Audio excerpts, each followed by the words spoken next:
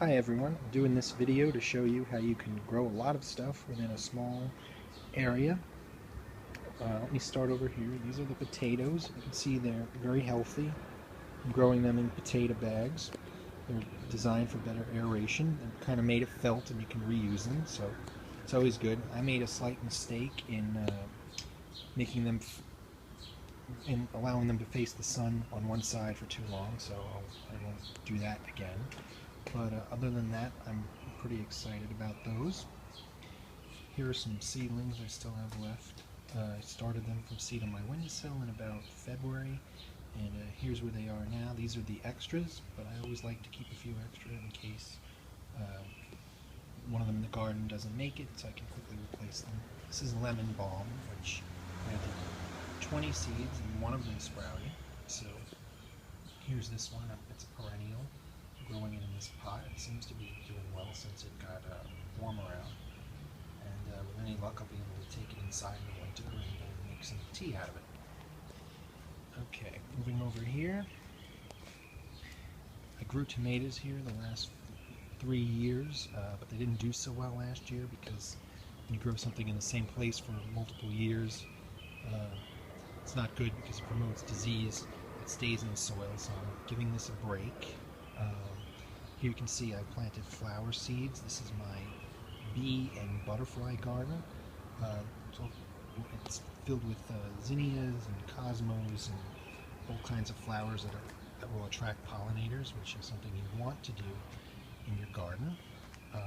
Here are a couple of other flowers. I'm kind of haven't done anything with this part of the garden yet.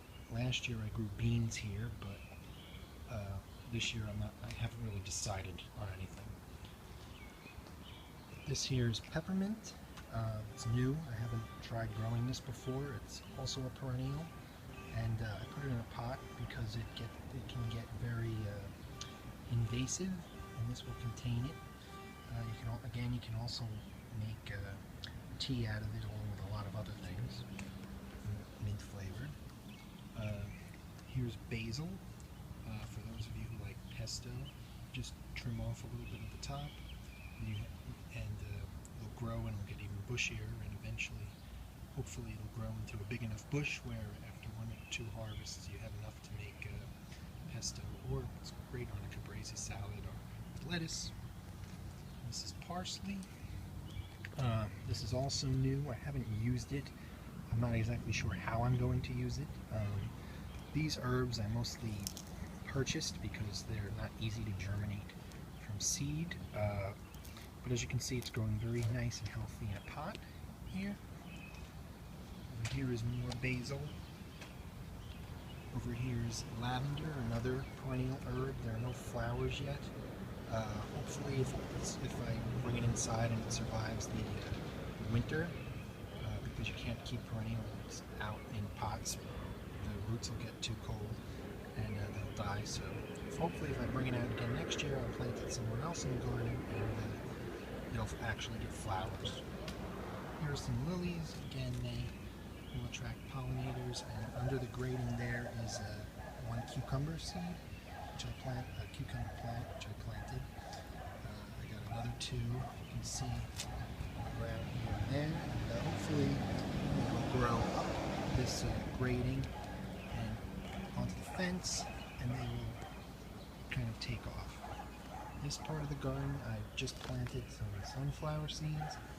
I planted them a while ago, but only one came up, so I'm replanting them. And they're Russian mammoth ones, so hopefully they'll get really tall. They're supposed to get like 12 feet tall. Another important thing to remember when you're growing stuff in a city is the quality of your soil. I don't like to grow my edibles close to the house, just because you never know what contaminants you might find in the soil there. Different paints and substances. So I like to grow stuff, more edible stuff, either in pots or further away from the house. Here you can see I've been gradually trying to turn this lawn into a garden. This is the first phase of that project.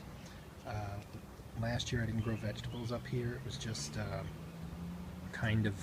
just grass. So this year you can see I've put some mulch down, some compost, 2 bags of compost, and 1 bag of mulch, and I planted these lovely flowers that are all designed to attract bees and butterflies and good blooms. I have some daisies, some blue salvia, and some begonias.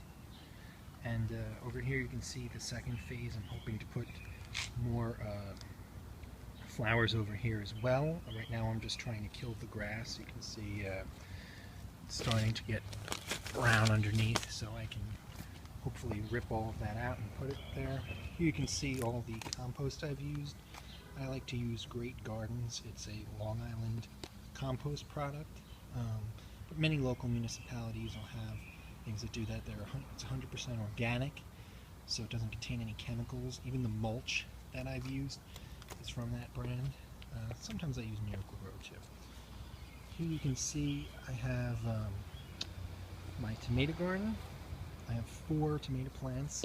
You can see they've come a long way since they were seedlings.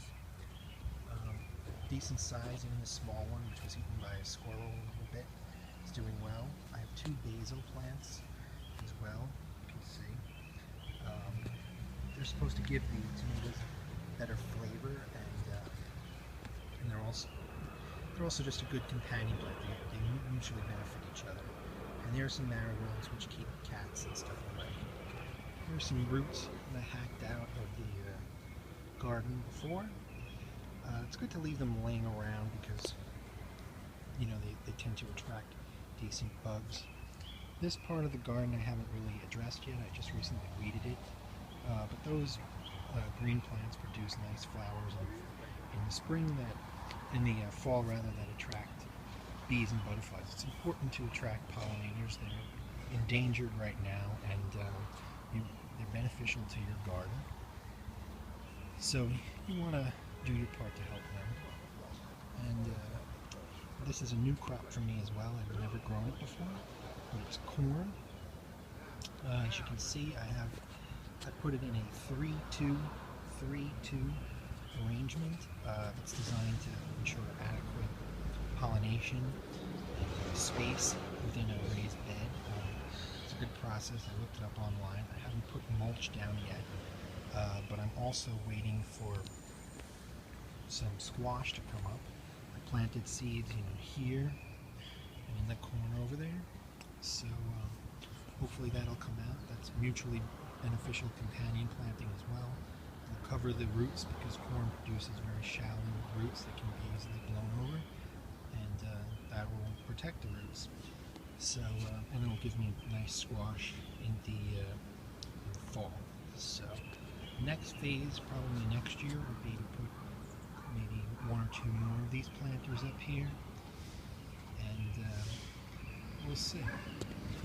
Everything's going according to plan. As you can see, this is not a very big area, but it's supposed to yield me a decent amount. Corn, I'm supposed to get about 30-35 years of corn. We'll see how that goes. So I'm supposed to get about 50 pounds of potatoes from that 5-pound thing. 5 pounds of seed potatoes, which I started, which you can get on Amazon. And hopefully a decent amount of tomatoes here. Plants are looking pretty healthy, so I'll be sure to post updates. Until next time, this is Farmer John signing off.